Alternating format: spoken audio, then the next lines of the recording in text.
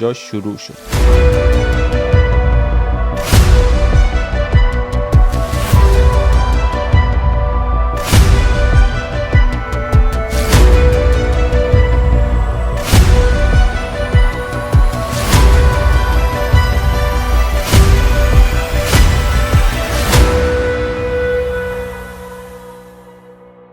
ایران کشوریه که در طول یک قرن 2 انقلاب توش اتفاق افتاده، 2 کودتا توش اتفاق افتاده، یه جنگ 8 ساله توش اتفاق افتاده. تو همون قرنی که تازه نصفش جنگ سرده که اونم در همسایگی ایرانه و در نصف دیگرش هم 2 جنگ جهانی اتفاق افتاده که تو هر دوش ایران تلاش کرده بی‌طرف بمونه و نشده و زخم‌های زیاد و عمیقی روی ایران گذاشتن که زخم‌هاش ماندگارم شده. یه همچین قرنی بوده برای ایران قرن 20 و اینطوری که بهش فکر کنیم واقعاً عجیبه. Dear viewers, good evening. You were just listening to an excerpt from the program of a B+ podcast.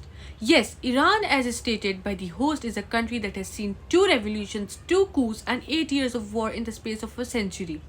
Be that as it may, today we as the students of Middle Eastern Studies and Semitic languages presenting to you the 3rd episode on Iran's journey of constitutionalism, or a century-long turbulent struggle to transition from absolute monarchical rule toward a system based on the rule of law, popular representation and accountable governance.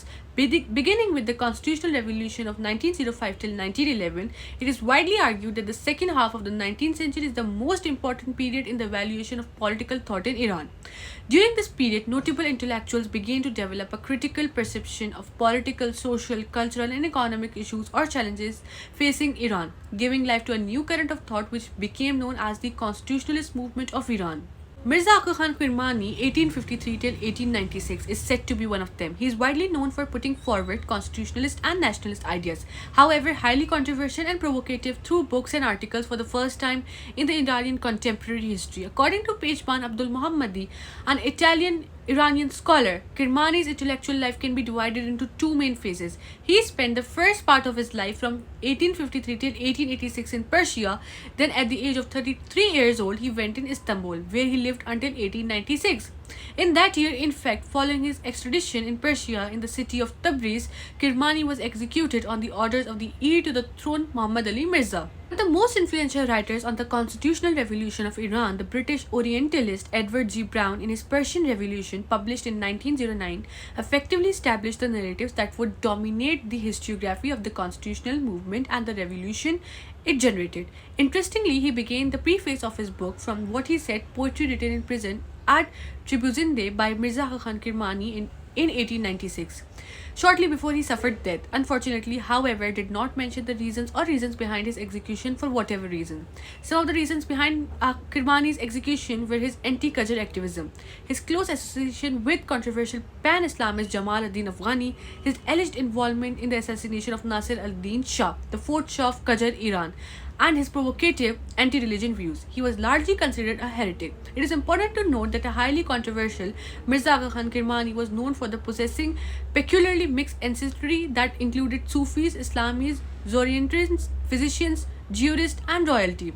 Conspicuously or inconspicuously, he combined many of the various often conflicting traits from his forefathers. Edward G. Brown, the Orientalist, also says in the preface of his same book that of all the Asian nations whose names are familiar to us, Persia is almost the only one which still exists as an independent political unit within her old frontiers.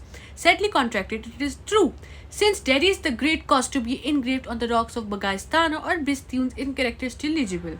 The long list of provinces which obeyed him and brought him tribute, inhabited by people still wonderfully homogeneous. Again and again, Persia has been apparently submerged by Greeks, Parthians, Arab, Mongols, Tartars, Turks, and Afghans. Again and again, she has been broken up into petty states ruled by tribal chiefs, and yet she has always re-emerged as a distinct nation with peculiar and well-marked idiosyncrasies.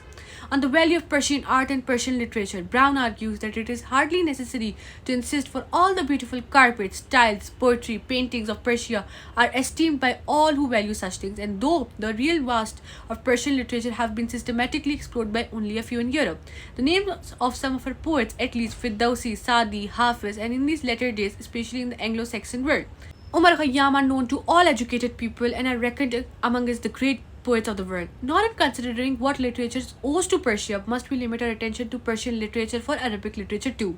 If deprived of the contributions made it to by Persians, would lose much of it, what is best in it. And if modern science owes little to Persia, the name of Avicenna alone is sufficient to remind us how deeply medieval Europe as well as Asia was in debt to one of her sons for nearly all that was known for philosophy and medicine. Be that as it may, the 1906 Iranian constitution, Fanun, was a collaborative effort driven by a coalition, Al-Alan, Shia scholars, reformists, intellectuals and merchants due to the haste of its compilation before the death of Muzaffar al-Din Shah. It primarily focused on the establishment of the Majles, parliament, with a supplement added in 1907. The individuals who contributed most of the creation of 1906 constitution and its key foundational principles include the Shia clerics, constitutionalists.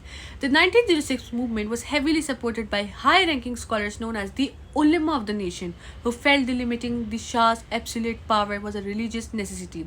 Sayyid Muhammad Tabatabai, one of the most prominent leaders of the movement, who actively advocated for a council-based government. Sayyid Abdullah Bihabani, a key leading scholar who worked alongside Tabatabai to mobilize support for the constitution movement, often balancing cleric support for the movement.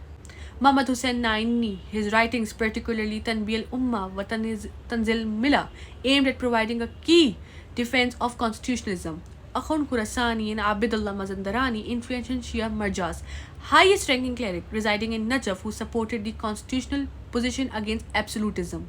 Second, intellectuals and modernizers. These individuals brought ideas from Western liberal political thought and the 19th century reform movement, focusing on a secular code of law and a written constitution. Mirza Jahangir Khan, founder of a progressive newspaper who heavily campaigned for a democratically elected Majlis and was a zealous writer for the cause. Malik al-Muttakallimin, an orator and influential figure who, along with Jamal ad-Din and Daulat Tabadi, was a critical in mobilizing support through secret societies Anjumans. Sayyid Hassan Taqi-Zaid, a key intellectual and member of the first Majlis who played a critical role in the debate and drafting of the constitution.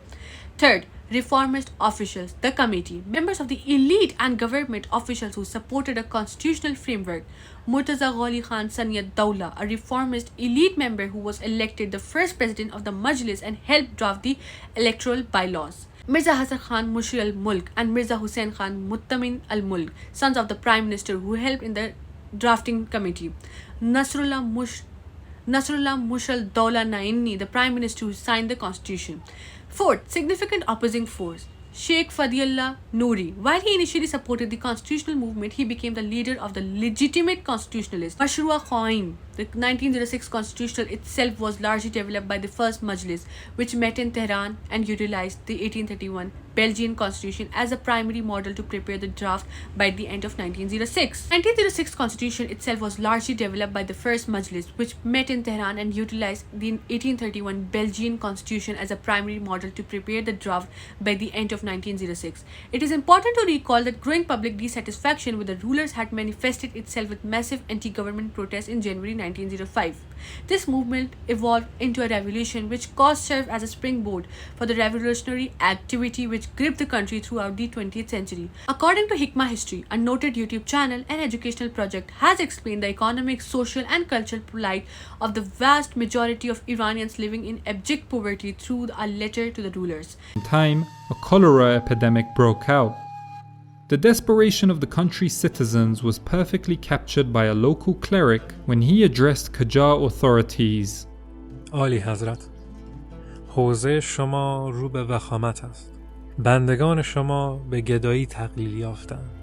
آنها مورد ظلم و استثمار فرمانداران و مقاماتی هستند که طعم و تشنگی خون آنها حد و مرز ندارد. سال گذشته مالیات دهندگانی که نمی توانستند پول نقد پرداخت کنند مجبور شدند دختران خود را به ترکمنها و بازرگانان ارمنی بفروشند و سپس آنها را به بردگی در روسیه فروختند. هزاران بندگان شما مجبور شدند از این ظلم فرار کنند و به روسیه مهاجرت کنند. اگر چاره ای اندیشیده نشود کشور از بین خواهد رفت. سیستان و بلوچستان را انگلیسی ها تصرف خواهند کرد، روس ها بخشای دیگر و عثمانی ها طرحهای خاص خود را دارند. عالی حضرت، به مصیبت 15 میلیون روحی که در ترس زندگی شدن، تصوت بیگانگان زندگی میکنن گوش دهید. Dear viewers, thank you for watching. Please make sure to like, share and subscribe. We will be continuing our discussions on Iran's journey of constitutionalism in our upcoming videos as well. Mini Abu Zainab Sarfraz Ahmad, Karachi, Pakistan. Ana Zainab Sarfraz Ahmad, Karachi, Pakistan.